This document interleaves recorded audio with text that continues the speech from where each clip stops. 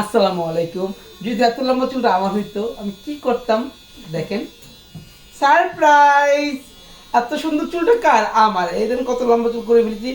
আরেকটা সারপ্রাইজ, এই যে এই আপুটা চুলটা করে ফেললাম, দেখেন কত লম্বা। এটা আমরা ক্যারাটিন করে দিয়েছি। ক্যারাটিন এত সুন্দর হয়েছে চুলটা, যা বলার মতো না। এটা 3 দিন ওয়াশ করার পরে চুল, 3 দিন ওয়াশ করার পর চুল দেখেন কত সুন্দর হয়েছে চুলটা। দেখেন কত করেছিলাম, 10,000 টাকা।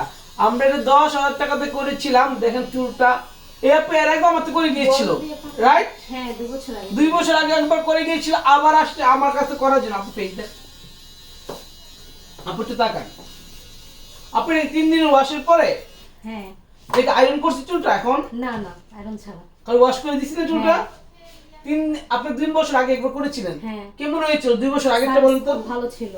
ওই গল্পটা শুনি। 2 বছর আগে কি চুল মুখ পড়ে গেছিল? না না চুল পড়ে না, এইজন্যই তো আবার আসছি। আবার চুল আসছে। ভালো ছিল। 2 বছর আগে করেছিল উনি 7,000 টাকা দিয়ে এসে বলছে, রাইট? হ্যাঁ 7,000 টাকা। 7,000 টাকা বলে করেছিল, এবার এসে বলছে 10,000 টাকা। পরে আমি আবার আপু বললাম আপু এখন তো প্রাইস বাড়াইতে হবে। আপু বলতেছে যে উনি বলতে আগে 7,000 টাকা আপু, আমি এখন তো ধীরে ধীরে সবকিছুর প্রাইস বাড়ছে। আপু এরকম কথা বলো না, করে ফেললাম।